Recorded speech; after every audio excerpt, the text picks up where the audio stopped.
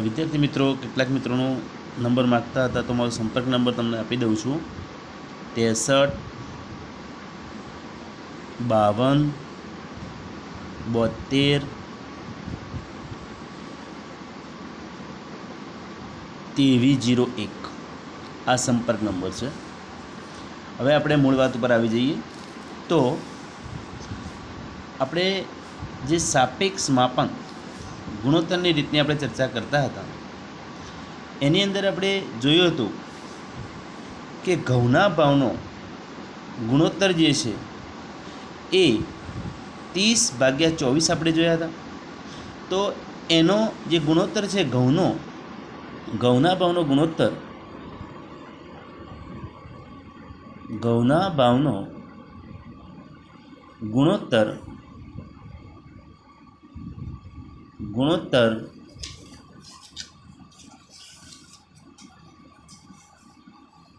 આપણને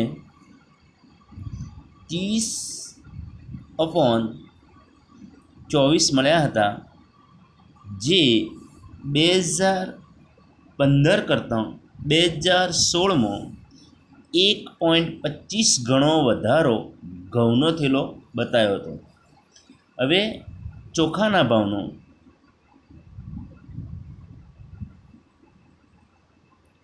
ભાવનો ગુણોત્તર જે છે એ 46/40, એટલે કે 2015 કરતાં 2016માં 1.15 જેટલો વધારો ભાવમાં થયેલો દર્શાવવામાં આવ્યો હતો. આ ગુણોત્તર આપણે મેળવ્યો હતો. આગળ આપણે જોઈએ તો આ ગુણોત્તર ઉપરથી જણાય છે કે વર્ષ 2016માં ઘઉં અને ચોખા ભાવમાં થતો સાપેક્ષ વધારો સરખો નથી. મિત્રો, ગુણોત્તરની અંદર જુઓ તો ઘઉંની અંદર 2015 અને 2016 ગુણોત્તર જોઈએ તો આપણને 1.25 વધારો થયેલો જોવા મળે છે. એટલે કે 2015 કરતાં 2016માં એના ભાવમાં વધારો 1.25 થયેલો છે ઘઉંમાં. તો ચોખાના ભાવનો ગુણોત્તર જોઈએ તો 46/40 ઇઝ ઇક્વલ ટુ 1.15.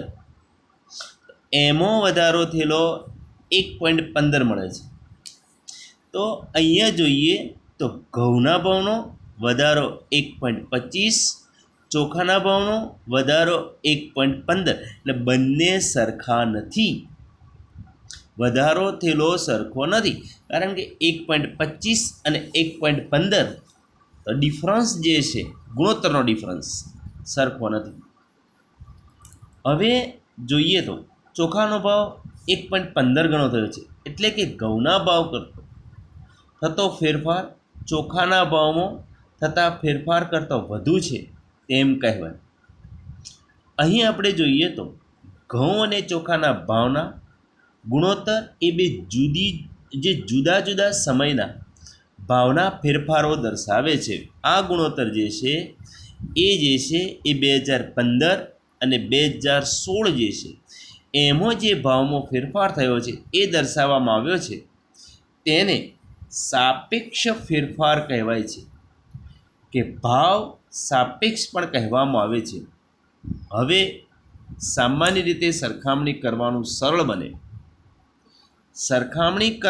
સરળ બને તે માટે ગુણોત્તરોને ટકાવારીમાં દર્શાવવામાં આવે છે. તો વિદ્યાર્થી મિત્રો, ક્યારેક એવો પ્રશ્ન પૂછી શકે કે ગુણોત્તરને સરળતાથી સરખામણી કરી શકાય તેના માટે શામાં દર્શાવવામાં આવે છે? આપણો જવાબ સ્પષ્ટ હોવો જોઈએ. ટકાવારીમાં દર્શાવવામાં આવે છે. હવે તેથી અહીં આપણે ઘઉંના ભાવમાં થતા સાપેક્ષ ટકાવારી ફેરફાર, તો ઘઉંના ભાવમાં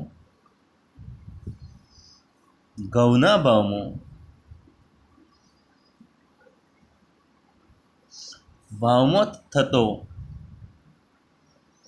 સાપેક્ષ ટકાવારી ફેરફાર. હવે વિદ્યાર્થી મિત્રો, તમે ટકાવારી કદાચ જાણતા હશો, તો અહીંયા પણ આપણને ગુણોત્તર લીધો છે 30/24 ગુણોત્તર છે. એને આપણે 100 વડે ગુણી દો તમે, એટલે તમને ટકાવારી મળી જાય. હવે વિદ્યાર્થી મિત્રો, અહીંયા તમે જોતા હશો તો 30/40નો ગુણોત્તર તમને 1.25 મળ્યો છે. સમજો આખી વાત. 1.25ને તમે 100 વડે ગુણો, જો 10 વડે ગુણો તો 1 પોઈન્ટ તમે ડાબી બાજુ ખસશો, 100 વડે ગુણો તો 2 પોઈન્ટ તમે ડાબી બાજુ ખસશો, એટલે 2 પોઈન્ટ તમે ડાબી બાજુ ખસશો એટલે પોઈન્ટ નહીં રહે, એટલે કેટલા થઈ જશે? 100 ગુણશો એટલે તો સીધા તમને 125 મળશે, પોઈન્ટ નીકળી જશે. આ જે છે એ ટકાવારીમાં દર્શાવે. હવે આપણે ચોખાની વાત કરીએ.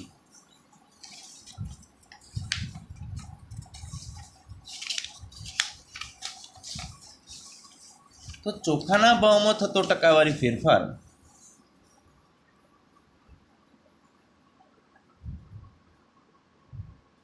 ચોખાના ભાવમાં થતો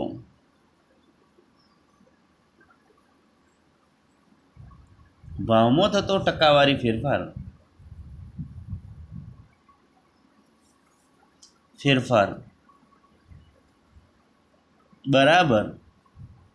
હવે તમને ગુણોત્તર મળ્યો હતો તો કે 1 પોઈન્ટ, એનો જવાબ જે છે તમે 1.15 મળ્યો હતો, ગુણ્યા તમે 100 કરો. હવે આ 1.15 જે છે એ આપણે ગુણોત્તર જે મેળવ્યો હતો 46/40 બરાબર આપણને 1.15 મળ્યા.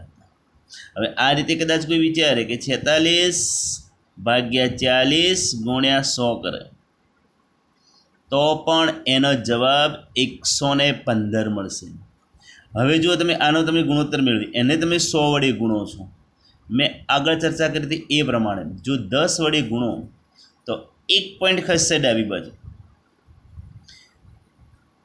10 વડે ગુણો તો 1 પોઈન્ટ ખસશે, 100 વડે ગુણો તો 2 પોઈન્ટ ખસશે, એટલે આ જે છે 2 પોઈન્ટ નીકળી જશે, એટલે સીધા થઈ જશે 115 બરાબર. હવે આગળ આપણે વિચારીએ તો આ જે ફેરફાર આપણને જોવા મળે છે, જે ટકાવારી ફેરફાર છે, જે આપણે સરળતાથી સરખામણી કરી શકીએ છીએ. હવે આ ફેરફારોનો સાપેક્ષ ટકાવારી માપ કહે છે.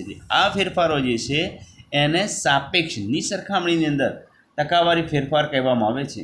આવું સાપેક્ષ માપ સૂચક આંક દર્શાવે છે.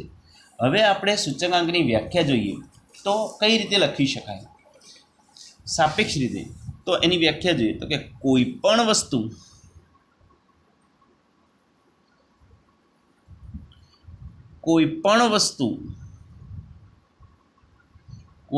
વસ્તુ સાથે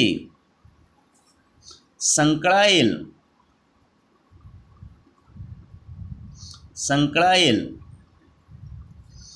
ચલ રાશિની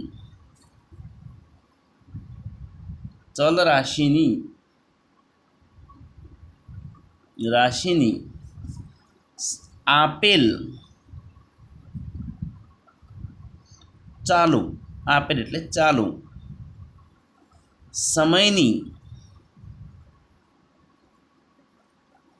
કિંમતમાં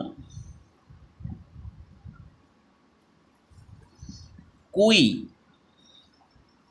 ચોક્કસ, આ શબ્દ યાદ રાખજો, ચોક્કસ આધાર તરીકે લીધો હોય, એટલે ચોક્કસ આધાર સમયની તેની કિંમતના સાપેક્ષમાં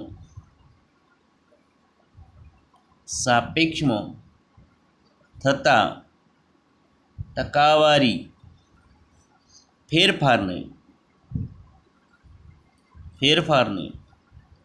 સૂચક આંક